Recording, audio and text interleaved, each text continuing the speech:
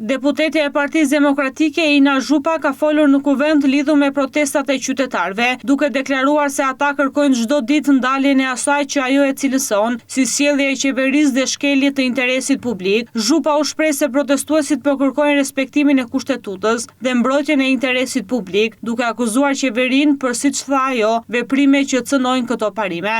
Përgjigjuni realitetit. Realiteti kërkon dorëheqjen e Edi Ramës.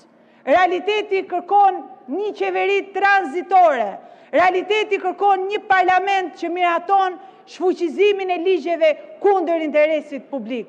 Qindra mira në shesh, të cilët kërkojnë dorëheqjen e Edi Ramës dhe shfuqizimin e atyre ligjeve që e kanë trajtuar Shqipërinë si një plaçk.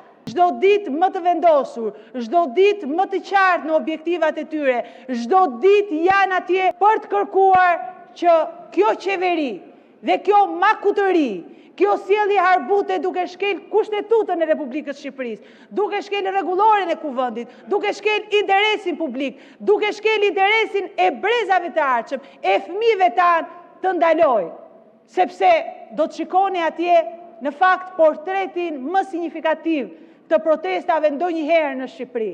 Fëmijët, brezin e ardhshëm, ata fëmijë të pafajshëm, që duan një Shqipëri më të mirë se ajo që është sot, duan një Shqipëri e cila patjetër të jetë anëtare e Bashkimit Evropian.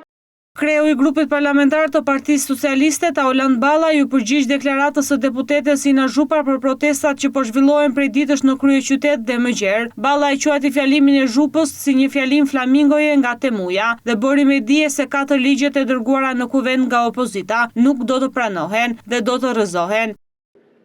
Ky ishte Zoti Balliu, ju lutem.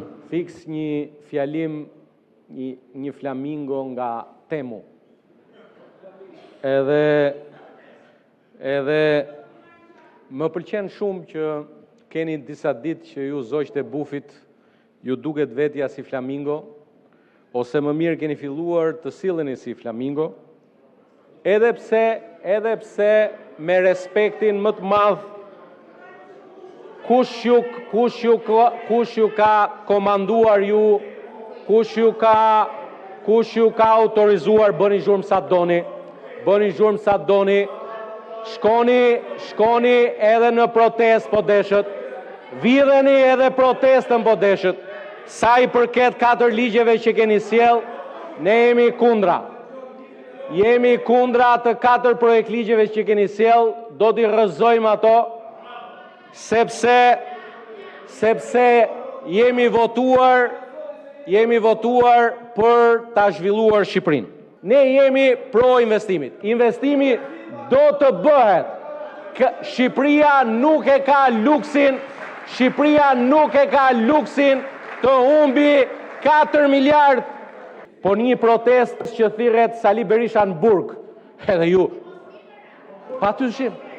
Kujtojmë se protestat kundër qeverisë vijojnë prej disa ditësh. Qytetarët kanë parashtruar disa kërkesa, mes tyre edhe dorëheqjen e qeverisë, për të cilat janë shprehur se nuk do të negociojnë.